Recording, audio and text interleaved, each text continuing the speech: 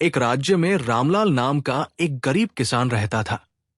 रामलाल के परिवार में उसकी विधवा बहन सुमन, पत्नी मंजू और दो बेटियां काजल और रूपा रहते थे। रूपा अपने नाम की तरह ही सुंदर थी। काजल का रंग काला था। उसके काले रंग की वजह से सब उसका मजाक बनाते थे। बचपन से ही उसने अपने रंग को लेकर सबके ताने सुने थे और अब तो उसे जैसे ताने सुनने की आदत हो गई थी। अब दोनों बेटियां शादी लायक उम्र की हो गई थी। रामलाल दिन भर खेतों में काम करता था, लेकिन मुश्किल से 2 वक्त की रोटी जुटा पाता था। एक सुबह काजल जल्दी उठकर नदी पर पानी भरने गई।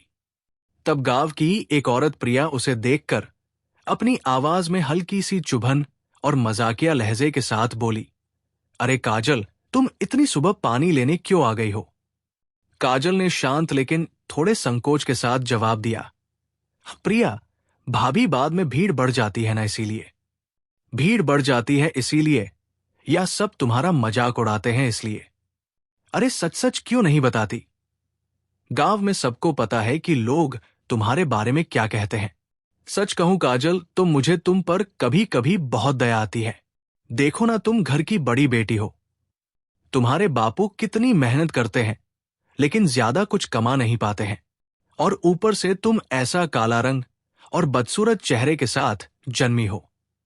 तुम्हारे मां बापों को कितना दुख होता होगा ना। काजल ने दृढ़ता से लेकिन दिल में चुभते दर्द को दबाते हुए कहा, ऐसी कोई बात नहीं है प्रिया भाभी, मेरे माँ बाप मुझसे बहुत प्यार करते हैं। प्रिया ने काजल को नीचा दिखाते हुए कहा, हाँ, लेकिन तुम्हारी छोटी बहन रूपा, वो तो कितनी सुंदर है। समझ नहीं आता है कि तुम इतनी काली कैसे बन गई। प्रिया काजल का मजाक बनाकर हंसते हुए चली गई। काजल को अब जैसे इन सब बातों की आदत ही हो गई थी। उसे थोड़ा दुख होता है, लेकिन वो अपना काम करने के लिए आगे चली जाती है।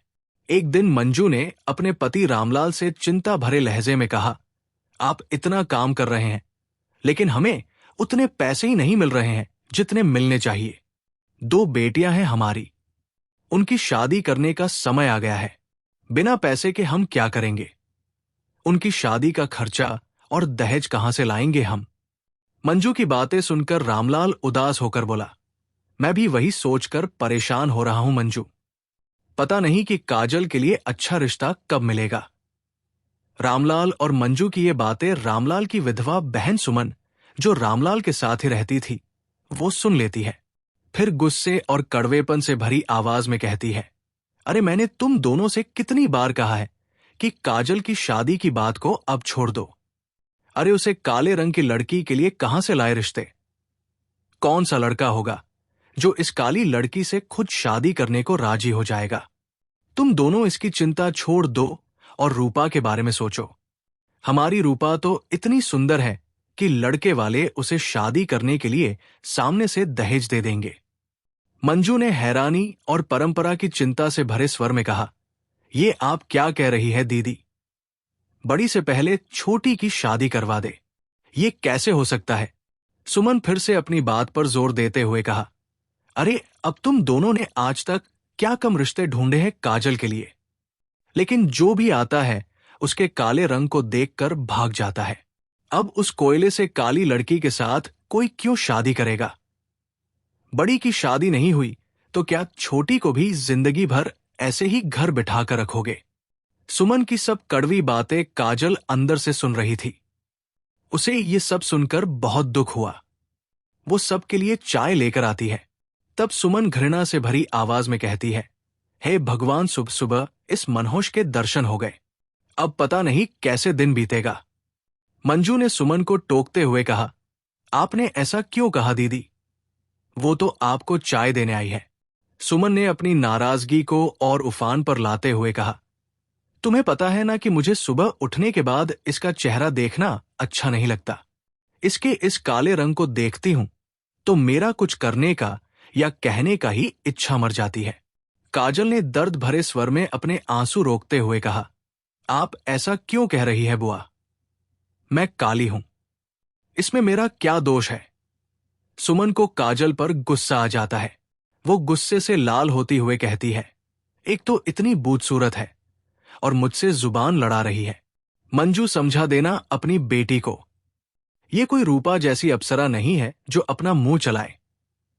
सुमन की ये बात मंजू और रामलाल दोनों को बुरी लगती है। काजल की आंखों से आंसू बहने लगते हैं। तभी अचानक उसकी कलाई पर जो निशान था वो चमकने लगा। जम से ही काजल के दाहिने हाथ की कलाई पर एक अजीब तरह का निशान था, जिसका आकार तितली के पंख की तरह था। जब भी काजल की आंखों से आंसू निकलते वो निशान अपने आप चमकने लगता। उस निशान को चमकते हुए देखकर रामलाल ने प्यार से भरी आवाज में कहा, रो मत बेटी, अब तुम्हारे साथ साथ हमें भी इन सब बातों की आदत हो गई है। तुम्हारा रंग जरूर काला है, लेकिन चमकते हुए तितली पंख के निशान के साथ जन्मी हो, ये बहुत अलग बात है। मंजू ने भी मां की कोमलता से आंसू पोंछते हुए कहा, हाँ बेटी, इस निशान का जरूर कोई मतलब है जो अभी हमें समझ नहीं आ रहा है। काजल रामलाल और मंजू की बात सुनकर अपने आंसू पोंछ लेती है। कुछ देर बाद रूपा उठकर बाहर आती है। रूपा को रोज देर से उठने की आदत थी।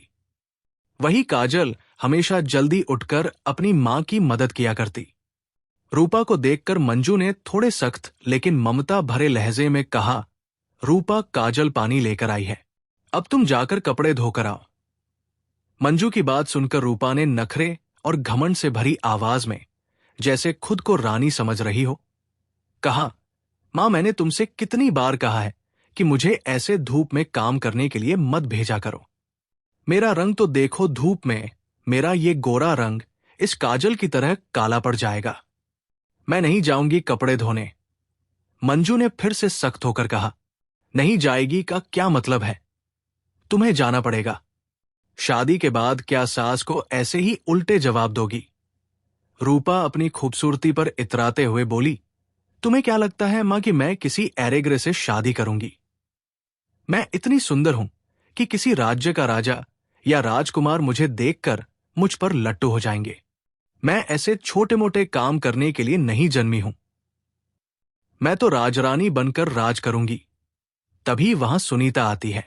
आते ही वो पक्षपात से भरी आवाज में बोली, हाँ बिल्कुल सही कह रही है मेरी गुड़िया, इसे मत भेजना धूप में। अपनी इस काली बेटी को भेज दो। ये चली जाएगी तो इसका कुछ नहीं बिगड़ेगा। सुनीता की बात सुनकर काजल बहुत दुखी हुई। वो कपड़ों की बाल्टी उठाती है और नदी पर चली जाती है। ऐसे ही कुछ दिन बीत जाते हैं। उसी समय उस राज्य के राजा महाराज वीरसेन अपने इकलौते बेटे राजकुमार आर्यन के विवाह को लेकर बहुत चिंता में थे। एक दिन महाराज वीरसेन के राजमहल में एक बहुत बड़े तपस्वी का आगमन हुआ। महाराज वीरसेन तपस्वी का स्वागत करते हुए कहते हैं, आइए तपस्वी जी, आपका मेरे महल में बहुत बहुत स्वागत है। तपस्वी ने शांत लेकिन दिव्य ज्ञान की गहराई से बोले, महाराज, मुझे अपनी दिव्य शक्ति से ये अनुभव हुआ कि आप किसी गहन चिंता में डूबे हुए हैं, इसलिए मैं आपकी सहायता करने के लिए आया हूं। महाराज ने कृतज्ञता से भरे स्वर में कहा, आपका बहुत बहुत आभार तपस्वी जी। मैं सच में एक बहुत बड़ी उलझन में फंसा हूं। राजकुमार आर्यन अब विवाह योग्य हो गए हैं। उनके लिए कई बड़े राज्यों की राजकुमारियों के रिश्ते आ रहे हैं, परंतु राजकुमार किसी राजकुमारी से मिलने को तैयार ही नहीं है। अगर ऐसे ही चलता रहा तो उनके विवाह करने की उम्र ही निकल जाएगी। तपस्वी ने शांति से समझते हुए कहा, महाराज, हमारे जीवन में कोई भी घटना बिना किसी कारण के नहीं घटती है। हर घटना का एक कार्य कारण भाव होता है, बस हम समझ नहीं पाते। राजकुमार आर्यन के ऐसे करने के पीछे भी किसी कार्य का कारण है। महाराज ने उत्सुक होकर पूछा, परंतु ऐसा क्या कारण हो सकता है? तपस्वी जी, हमने तो उन्हें यह तक पूछ लिया कि वो किसी कन्या से प्रेम करते हैं क्या। यदि वो किसी सामान्य कन्या से भी प्रेम करते हो तो हम उनका विवाह उस कन्या से करवाने के लिए तैयार हैं, परंतु वो हाँ तो कहें।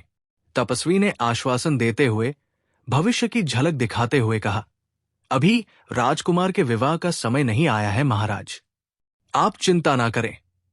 राजकुमार का विवाह होगा और वह भी शीघ्र, परंतु उनका विवाह ऐसी कन्या से होगा जिसका संबंध उनके पूर्व जन्म से है। महाराज ने आश्चर्य से भरी आवाज में कहा, क्या पूर्व जन्म से? तपस्वी ने पुष्टि करते हुए कहा, हाँ महाराज। राजकुमार का विवाह उसी से होगा जो उनकी जन्म संगिनी है, जो जन्मों जन्मों तक उनकी पत्नी बनेगी। महाराज चिंतित होकर बोले, परंतु हम उसे पहचानेंगे कैसे? तपस्वी ने सरलता से मार्गदर्शन देते हुए कहा, उसे पहचानने के लिए हमें कुछ भी नहीं करना पड़ेगा महाराज। अभी राजकुमार को इस बात का स्मरण नहीं है। राजकुमार के हाथों की कलाई पर जो तितली के पंख का निशान है, ठीक वैसा ही निशान जिस लड़की की कलाई पर होगा, उसी से राजकुमार आर्यन का विवाह होगा। आप चिंता मत कीजिए, जल्दी ही राजकुमार को उनके पुनर्जन्म का स्मरण हो जाएगा। राजकुमार आर्यन हमेशा भेष बदलकर राज्य में घूमकर राज्य की स्थिति का ब्यौरा लेते थे। एक दिन राजकुमार एक किसान का भेष लेकर गांव में घूम रहे थे। सुबह का समय था। बाकी प्रजावासी अपने अपने कामों में व्यस्त थे। उसी समय काजल नदी पर पानी भरने आई। बहुत देर तक चलने के कारण राजकुमार को बहुत प्यास लगी और वो पानी पीने के लिए नदी पर आया। तभी तेज हवा बहने लगी और तूफान आ गया। जमीन से मिट्टी उड़कर आसमान में फैलने लगी। काजल की आंखों में मिट्टी चली गई और उसकी आंखों से पानी बहने लगा। उसकी आंखों से पानी निकलते ही उसकी कलाई का निशान चमक उठा, जिसे राजकुमार आर्यन देख लेते हैं। मिट्टी की वजह से उन्हें काजल का चेहरा नहीं दिखा, बस वो चमकता हुआ निशान दिखाई दिया। अचानक उन्हें अपने पूर्व जन्म का स्मरण हो जाता है। काजल अपनी आंखें मलते हुए घर चली जाती है। कुछ देर बाद जब तूफान शांत हुआ, तब राजकुमार आश्चर्यचकित होकर खुद से कहने लगा, कदाचित ये सब नियति ही थी। मुझे उससे मिलाने के लिए ही ये बवंडर उठा था। हाँ, वो वही थी जिसकी प्रतीक्षा मैं कर रहा था। परंतु वो कौन थी? मुझे तो उसका चेहरा देखने का अवसर भी नहीं मिला। राजकुमार समझ जाते हैं कि वो लड़की गांव में रहने वाली कोई साधारण लड़की है, इसलिए वो गांव में उसे ढूंढने लगते हैं, लेकिन वो उन्हें कहीं नहीं मिलती। वो घूमते घूमते एक घर के सामने जाकर रुकते हैं। वहां एक बूढ़ी दादी बैठी हुई थी। राजकुमार उसके पास आते हैं और विनम्रता से पूछते हैं, दादी, मुझे आपकी सहायता की आवश्यकता है। बूढ़ी दादी ने उत्सुकता और ममता भरी आवाज में कहा, तुम कौन हो बेटा, और मैं तुम्हारी क्या सहायता कर सकती हूं? राजकुमार ने झूठे बहाने हुए बोले, मैं किसान हूं दादी। अभी जो बवंडर आया था उसमें मेरी गाय कहीं खो गई है। मैं उसे ही ढूंढ रहा हूं। क्या आपने यहां किसी अनजान गाय को देखा है? दादी ने लाचारी से कहा, नहीं बेटा, मैं तो बहुत समय से घर से बाहर ही नहीं गई हूं। तुमने गाय को किस दिशा में जाते हुए देखा था? राजकुमार ने कहा, दिशा का तो पता नहीं दादी, परंतु हां, जब मैंने देखा तो मिट्टी के बीच मुझे एक चमकने वाला तितली का पंख दिखाई दिया था। उसी के पास मेरी गाय खड़ी थी। क्या आप जानती हैं ऐसी चमकने वाली तितली का पंख यहां किसके पास है? दादी ने याद करते हुए रहस्यमयी लहजे में कहा, चमकने वाला तितली का पंख याद आया। अरे वो कोई साधारण तितली का पंख नहीं है। अब ये जादू है या कोई तंत्र मंत्र पता नहीं, पर यहां पड़ोस में एक गरीब किसान रहता है, रामलाल नाम का। उसकी एक बेटी है। उसकी कलाई पर ऐसा कुछ निशान है। सुना है कि जब उसकी आंखों में आंसू बहते हैं तब वो तितली का पंख चमकने लगता है। राजकुमार ने बूढ़ी दादी से झूठ बोला था, पर उन्हें सच्ची बात का पता चल गया था। दादी राजकुमार को दूर से ही रामलाल का घर दिखाती है और राजकुमार रामलाल के पास आने लगते हैं। रामलाल के घर पहुंचकर राजकुमार ने उत्सुकता से कहा, क्या रामलाल महोदय आप ही हैं? रामलाल ने सरलता से कहा, मैं ही हूं रामलाल। बताइए क्या काम है आपको? सुना है आप बहुत अच्छे किसान हैं, कई प्रकार की फसलें उगाते हैं। रामलाल ने उदास होकर कहा, किसान तो मैं हूं, परंतु अच्छा हूं या नहीं ये पता नहीं। आजकल तो कोई मुझसे अनाज खरीदने आता ही नहीं। राजकुमार ने सहानुभूति से कहा, जी मैं पड़ोसी राज्य से आया हूं। मेरे एक मित्र ने मुझे आपका पता बताया। मैं आपके पास कुछ अनाज खरीदना चाहता हूं। रामलाल ये बात सुनकर बहुत खुश हुआ। हाँ जरूर, मैं तो फसल बेचने की तलाश कर रहा था। अब आप सामने से खरीद रहे हैं तो आपको मना कैसे कर सकता हूं? रामलाल राजकुमार से बात कर रहा होता है। तभी रूपा वहां आती है। रूपा का सौंदर्य देखकर राजकुमार उसे देखते ही रह जाते हैं। रूपा भी राजकुमार को देखती है। राजकुमार एक किसान के रूप में होते हुए भी बहुत सुंदर लग रहे थे। उन्हें देखकर रूपा भी उन पर मोहित हो गई।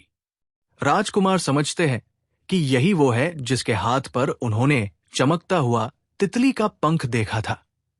रामलाल ने गर्व से कहा, ये मेरी बेटी है। ये भी मुझे खेती में मदद करती है। थोड़ी देर बातें करने के बाद राजकुमार चले जाते हैं।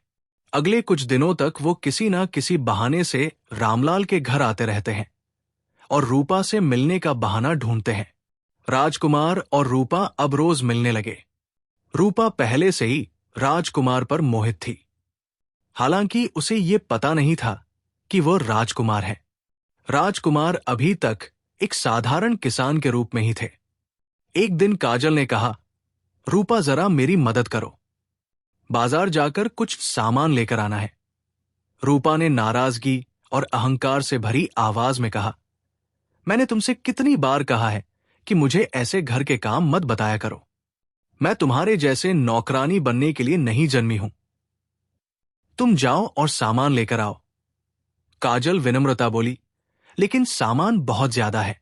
घर में कुछ मेहमान आने वाले हैं, इसीलिए मां ने कहा है। रूपा ने ताने से भरी आवाज में कहा, पता है हमेशा की तरह तुम्हें देखने के लिए लड़के वाले आने वाले हैं। मैं तो कहती हूं कि तुम तंग नहीं आती कि रोज रोज सबके सामने जाकर कुछ भी कर लो, लेकिन तुम्हें कोई पसंद नहीं करता। फिर भी तुम्हें क्यों सबके सामने जाना है पता नहीं। तुम्हारी वजह से मेरा रिश्ता नहीं हो रहा है। पता नहीं तुम्हारी शादी कब होगी। काजल उदास होकर बोली, अब ये मेरे हाथ में तो नहीं है ना।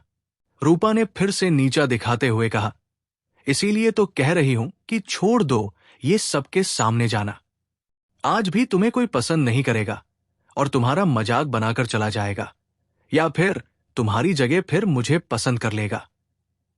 काजल हैरानी से बोली, ये तुम क्या बोल रही हो रूपा?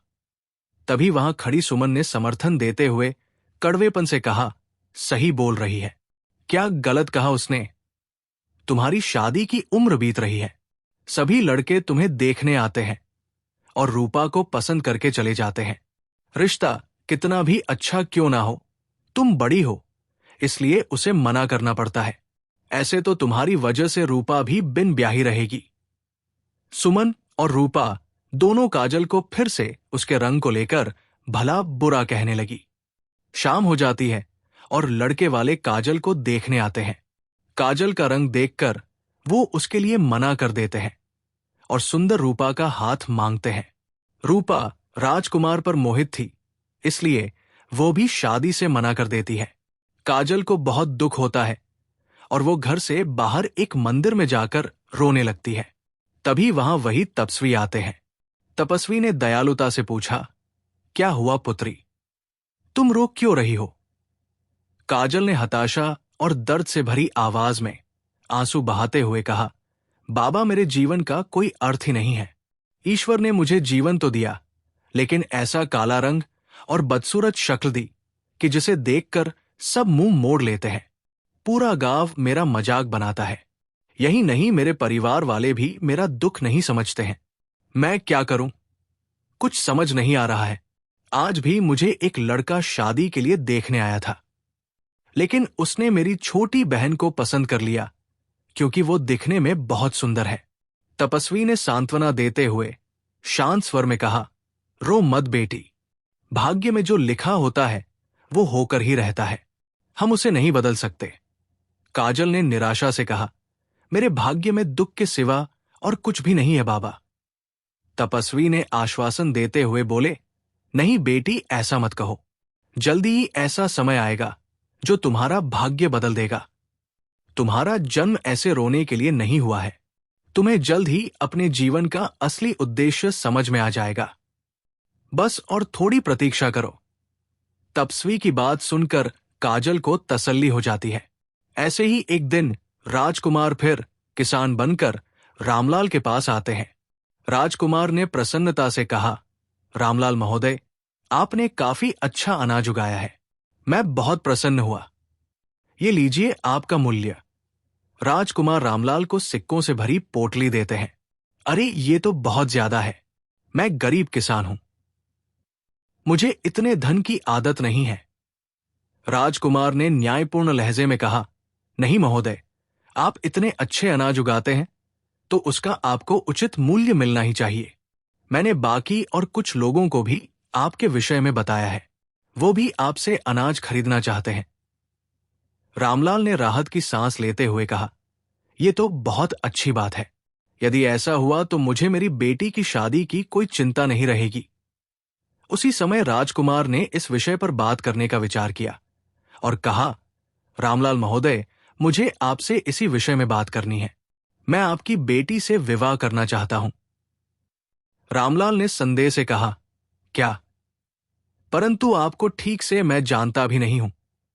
मैं अपनी बेटी की शादी आपके साथ कैसे करवा दूं? राजकुमार ने विनम्रता से कहा, मैं आपको सब सत्य बताता हूं। महोदय, वास्तव में इस राज्य का मैं राजकुमार हूं। मैं अक्सर राज्य में वेश बदलकर घूमता रहता हूं, क्योंकि जो बातें राज्यसभा में पता नहीं चलती वो साधारण लोगों के साथ रहकर पता चलती है। प्रजा में उनके जैसा ही व्यक्ति बनकर काम करता हूं। फिर मुझे निम्न से निम्न कोटि के प्रजावासी की समस्या भी पता चलती है। ऐसे ही उस दिन मैं किसान बनकर नदी पर गया था। तब मैंने आपकी बेटी के हाथ पर चमकने वाला तितली का पंख देखा था। तभी मैं समझ गया था कि ये मेरी जीवन संगिनी है। रामलाल अपने होश खोकर राजकुमार की बातें सुन रहा था। रामलाल ने आश्चर्य से कहा, पर आपको ये कैसे पता चला कि मेरी बेटी ही आपकी जीवन संगिनी बनेगी? तब राजकुमार अपनी कलाई का वही निशान रामलाल को दिखाते हैं। ये देखिए, मेरी कलाई पर भी वही निशान है। वास्तव में हम अपने पिछले जन्म के एक दूसरे से जुड़े हुए हैं। मैं आपको अपनी कहानी बताता हूं, तब आपको सत्य पता चलेगा। फिर राजकुमार रामलाल को अपनी कहानी बताना शुरू करते हैं। सदियों पहले राजकुमार आर्यन अपनी पत्नी कामिनी के साथ वन में विहार कर रहे थे। तभी उनकी पत्नी ने एक रंग बिरंगी तितली को देखा और उत्साह से भरी आवाज में कहा, महाराज, मुझे वो तितली चाहिए। इतना सुंदर तितली तो मैंने अपनी पूरी जिंदगी में नहीं देखा। मैं उस तितली के सुंदर पंखों को और पास से देखना चाहती हूं। राजकुमार ने पत्नी के प्रेम में खोकर कहा, ठीक है कामिनी, मैं आपके लिए आकाश से चंद्रमा को तोड़कर भी ला सकता हूं। तो ये तितली तो कुछ भी नहीं।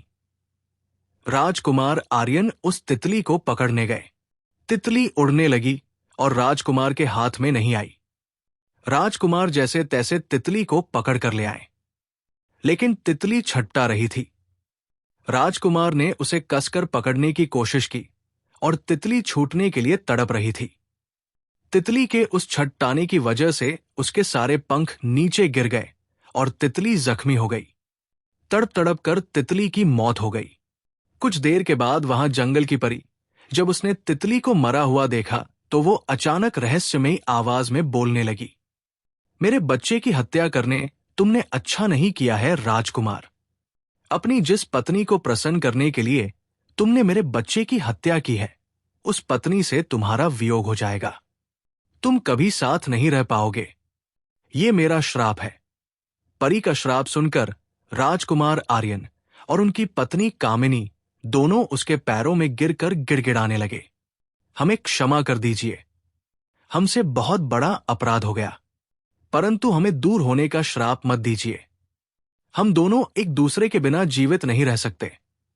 कामिनी ने रोते और गलती स्वीकार करते हुए कहा, हां, गलती मेरी है।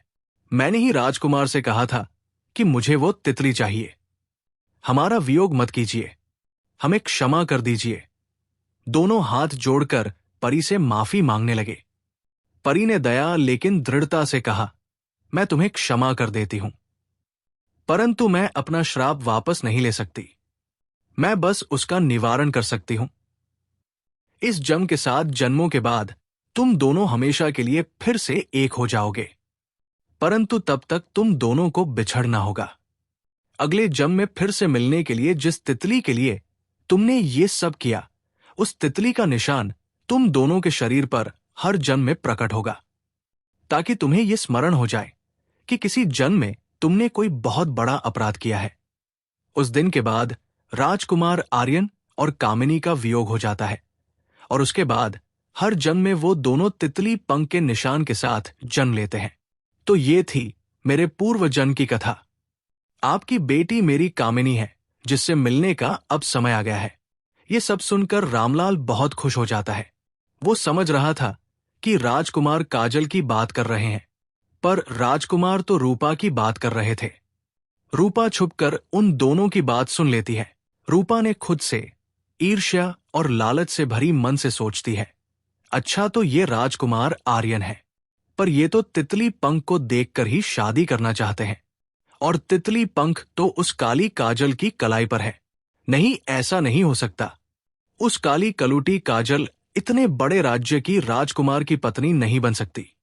वो हक मेरा है, इससे पहले कि राजकुमार को सबको सच पता चले। मुझे कुछ करना पड़ेगा।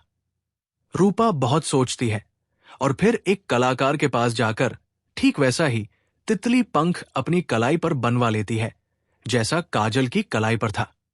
राजकुमार आर्यन महाराज विरसेन को बता देते हैं कि उन्हें उनकी जीवन संगिनी मिल गई है। रामलाल और मंजू भी बहुत खुश हो जाते हैं। एक बार राजकुमार आर्यन रूपा को मिलने के लिए बुलाते हैं। राजकुमार ने प्रेम और आश्चर्य से भरी आवाज में कहा, रूपा, मुझे तो विश्वास ही नहीं हो रहा है कि आखिरकार तुम मुझे मिल गई हो। रूपा ने अंदर ही अंदर डरते हुए कहा, विश्वास तो मुझे नहीं हो रहा है राजकुमार। मेरे जैसी साधारण लड़की से आप शादी कर रहे हैं। राजकुमार ने प्रेमपूर्ण रूप से कहा, हम दोनों जन्मों जन्मों के साथी हैं, इसलिए हमारा विवाह होना निश्चित है। उधर घर पर रामलाल ने काजल से उत्साह से कहा, काजल बेटी, तुम्हारी भाग्य खुल गए, तुम महाराज के महल में बहू बनने वाली हो। काजल ने संदेह से भरी आवाज में कहा, पर पिताजी, राजकुमार ने अब तक मुझे देखा भी नहीं है, फिर उन्होंने मुझसे शादी करने की बात क्यों कही होगी? रामलाल ने आश्वासन देते हुए कहा, उन्होंने तुम्हें देखा नहीं है, लेकिन तुम्हारा और इनका रिश्ता पिछले कई जन्मों से जुड़ा हुआ है। काजल ने फिर कहा, हाँ, पर ऐसा कैसे हो सकता है? अभी तो उन्होंने ऐसा कहा है, पर कहीं मुझे देखने के बाद उनका विचार बदल गया तो? काजल इसी सोच में होती है कि राजकुमार ने बिना देखे उससे शादी करने का निर्णय कैसे किया, और रूपा सोचने लगती है कि जब राजकुमार को सच पता चलेगा कि वो जिसे उनकी जीवन संगिनी समझ रहे हैं वो काजल है, तो या होगा। एक दिन महाराज विरसेन, रामलाल और उसके परिवार को राजमहल बुलाते हैं। मंजू अपनी दोनों बेटियों से कहती है कि महाराज के सामने जाना है तो तुम लोग घूंघट ओढ़ लो। राजमहल में महाराज बोले, राजकुमार अब विवाह करने के लिए तैयार है। ये मेरे लिए बहुत प्रसन्नता की बात है। आप अपनी अपनी पुत्री को बुलाइए, हमें भी तो देखना है कि आपकी पुत्री कैसी है। महाराज की ये बात सुनकर काजल को बहुत चिंता होने लगती है। रामलाल और मंजू काजल का हाथ पकड़कर उसे महाराज के सामने खड़ा करते हैं। मंजू ने धीरे से कहा, बेटी, अब अपना घूंघट ऊपर करो। काजल घूंघट उठाती है और उसका चेहरा देखकर महाराज भी चौंक जाते हैं। जब राजकुमार उसका चेहरा देखते हैं तब वो चिल्लाते हैं कि नहीं, ये वो नहीं है। मैं जिसे प्रेम करता हूं वो तो बहुत सुंदर है। रामलाल ने घबराहट से कहा, नहीं राजकुमार, यही मेरी बेटी है, जिसकी कलाई पर तितली का पंख है। राजकुमार अपनी तलवार निकालते हैं और गुस्से से कांपते हुए बोले, रामलाल महोदय, आप असत्य बोलते हैं। मैं जिससे मिला वो कितनी सुंदर है। रूपा सामने आकर बोली, वो मैं ही हूं, राजकुमार। मंजू ने सच्चाई बताते हुए बोली, नहीं राजकुमार, आप जिस लड़की की बात कर रहे थे वो काजल थी। रूपा नहीं। हां, रूपा बहुत सुंदर है, ये बात सही है, लेकिन आपको जिसके कलाई पर उस दिन चमकने वाले तितली पंख दिखाई दिए थे वो काजल थी। राजकुमार ने घृणा से भरी आवाज में कहा, नहीं, वो ऐसे काले रंग की नहीं हो सकती। ये कितनी बदसूरत है। आप मुझसे धोखा करना चाहते हैं। रामलाल महोदय, आपके इस काली बेटी का विवाह मुझसे करवाने की योजना क्यों बनाई आपने? कहीं आप हमारे किसी शत्रु से तो मिले हुए नहीं हैं। मैं आपको दंड देकर रहूंगा। रामलाल कहता रहता है कि उसने कुछ नहीं किया, लेकिन राजकुमार उसकी एक बात नहीं मानते और उसकी गर्दन पर तलवार रख देते हैं। तब काजल रोते हुए कहती है, बस राजकुमार, बचपन से ले आज तक मैंने अपने इस काले रंग की वजह से बहुत सी बातें सुनी हैं, बहुत दुख सहा है, लेकिन आज अगर मेरे इस रूप और रंग की वजह से मेरे बापू को अपनी जान से हाथ धोना पड़ेगा, तो उससे ज्यादा दुखदाई मेरे लिए और कुछ नहीं होगा। आपकी बात सही है कि रूपा किसी अप्सरा से कम नहीं है, पर क्या आपने एक बार भी इस बात की तसल्ली की कि रूपा की कलाई पर ऐसा कोई निशान है या फिर नहीं? और अगर है तो वो असली है या नहीं? आपने रूपा की सुंदरता को देखकर ये मान लिया कि यही आपकी जीवन संगिनी है। उस दिन बवंडर में आपको मेरा चेहरा दिखाई नहीं दिया था। अगर दिखाई दिया होता तो शायद उसी दिन आप समझ पाते। आपको मुझसे शादी नहीं करनी है तो मत कीजिए, लेकिन मेरे पिताजी को छोड़ दीजिए। इसमें उनकी कोई भी गलती नहीं है। ये सब तो समझने की गलतफहमी की वजह से हुआ है। ऐसा कहते हुए काजल फूट फूट कर रोने लगी। उसकी आंखों से बहते हुए आंसू उसकी कलाई के तितली पंख पर गिरते हैं और वो चमकने लगता है। तब राजकुमार के हाथ का तितली पंख भी चमकने लगता है और उन दोनों की रोशनी एक हो जाती है। तब राजकुमार को सब स्पष्ट हो जाता है कि काजल सच बोल रही है। राजकुमार ने पश्चाताप से भरी आवाज में कहा, मुझे माफ कर दो काजल। मुझे अब सत्य समझ में आ गया है। भूल मेरी ही है। मैं रूपा की सुंदरता देखकर ये भूल गया था कि हम दोनों का संबंध किसी भी ऊंच नीच और शारीरिक कमियों से परे है। हम दोनों तो आत्मा से जुड़े हुए हैं। इस रूपा ने अपनी कलाई पर ऐसा ही नकली तितली पंख बना लिया था, जिसे देखकर मुझे लगा कि ये वही है जिसकी मुझे प्रतीक्षा थी। पर यह मैं भूल गया था कि जब वो तितली पंख चमक उठेगा तभी उसकी परीक्षा होगी। रामलाल महोदय, आप भी मुझे क्षमा कर दीजिए। मैंने आपके साथ बहुत बुरा व्यवहार किया। राजकुमार सबसे हाथ जोड़कर माफी मांगते हैं। महाराज अपने बेटे को खुश देखकर खुश हो जाते हैं। सबकी उपस्थिति में काजल और राजकुमार आर्यन का विवाह संपन्न हो जाता है और एक गरीब किसान की काली बेटी, जिसे ताने मारकर सब उसका मजाक उड़ाते थे, अब वो एक रानी बन जाती है। दोस्तों, इस कहानी का अंत होता है एक ऐसी जीत पर जहां सच्चाई की चमक हर अंधेरे को मिटा देती है।